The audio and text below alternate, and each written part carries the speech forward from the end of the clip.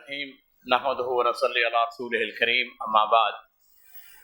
بڑا مختصر سا واقعہ، لیکن بڑی دیر سے میری خواہش تھی کہ میں آپ کے ساتھ شیئر کروں۔ میں نے ایک کتاب اصل میں لکھی آج سے کوئی 20 سال پہلے، سنار اوراق، اور اس میں یہ واقعہ میں نے لکھا کہ آپ سب کے علم میں ہے حجاج بن یوسف کے زمانے میں بغاوتیں ہوتی رہتی تھیں اور وہ بڑی سختی کے ساتھ ان کو کچلتا تھا۔ جو باغی پکڑے جاتے ان کو قتل کر دیا جاتا۔ ایک دفعہ ایسا ہوا کہ باغیوں کی ایک جماعت آئی تو اس نے حکم دیا کہ ان سب کو قتل کر دیا جائے۔ جلاد نے قتل کرنا شروع کر دیا۔ ایک شخص باقی رہ گیا کہ اتنے میں عشاء کی اذان کی آواز سنائی دی۔ حجاج نے اشارہ کیا، اس نے کہا روک دو، اب اس کے اوپر عمل نماز کے بعد ہوگا۔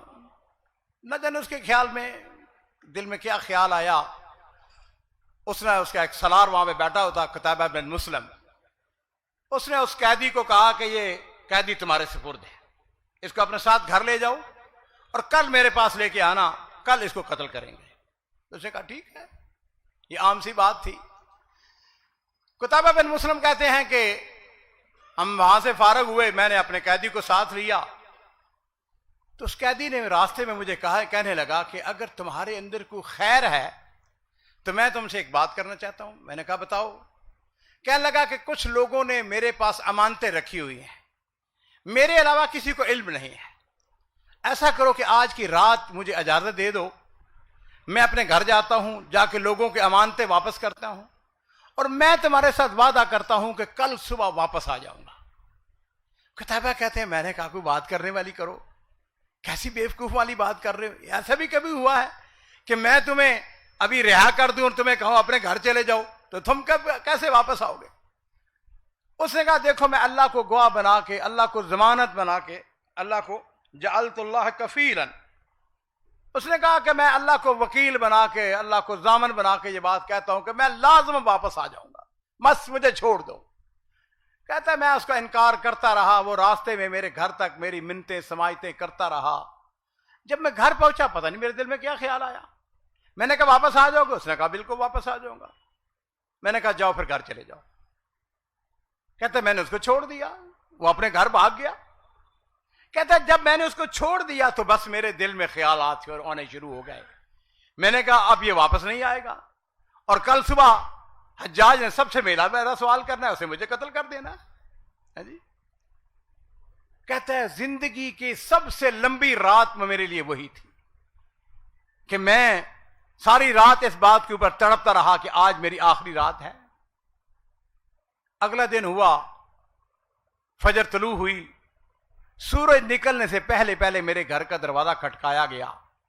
میں نے دروازہ کھولا تو دیکھا کہ وہی قیدی میرے گھر کے سامنے کھڑا ہے۔ میں نے تعجب سے پوچھا، میں نے کہا تم واپس آ گئے؟ اس نے کہا بالکل آ گیا۔ جب میں نے اللہ کو وکیل بنا کے تم سے اجازت طلب کی تھی، یہ کیسے ممکن تھا کہ میں ایک طرف اللہ کو گواہ بنا رہا ہوں، اللہ کو ضامن ٹھہرا رہا ہوں اور پھر میں واپس نہ آتا؟ میں نے کہا چلو ٹھیک ہے۔ خیر کہتا ہے دن چڑھا، میں نے اپنے قیدی کو ساتھ لیا اور میں نے اپنے قیدی کو باہر دربان کے پاس بٹھا دیا۔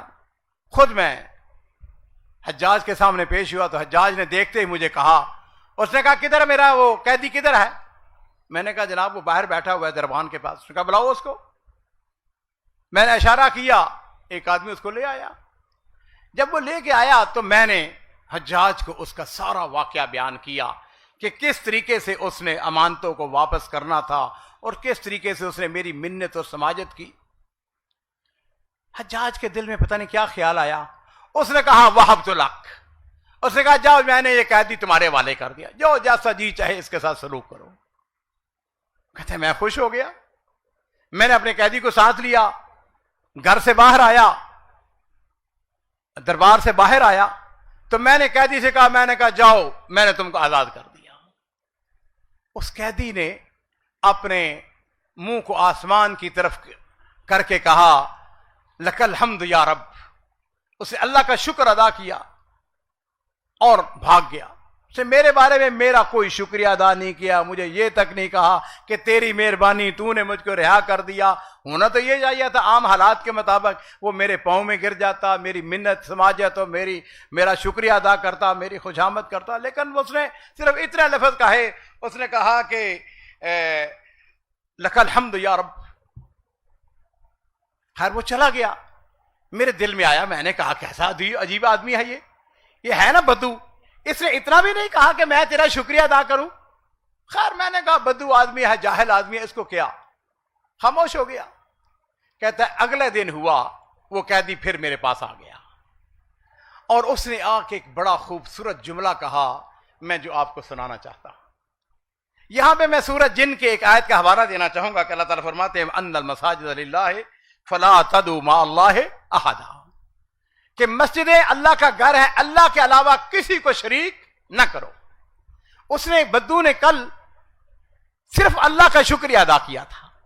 اگلے دن جب بدو میرے پاس آیا اور اس نے میرا دروازہ کھٹکھٹایا، میں نے جب دروازہ کھولا تو اس نے مجھ سے کہا قتیبہ تم سوچتے تو ہوگے کہ یہ بڑا عجیب و غریب آدمی ہے، اس نے میرا شکریہ تک ادا کرنا گوارا نہیں کیا۔ لیکن سنو، میں نے جب آزادی حاصل کی تو میں نے مناسب یہ سمجھا کہ میں اللہ کے شکریہ کے ساتھ کسی اور کو شریک نہ کروں۔ اور میرے عزیزو، یہ ہے عقیدہ توحید، اس کو ہم صافی اور نقی عقیدہ کہہ سکتے ہیں کہ ہم اللہ کا اگر شکریہ ادا کریں تو اس کے ساتھ کسی اور کو شکریہ کے اندر بھی شریک نہ کریں۔ وآخر دعوانا ان الحمد للہ رب العالمین۔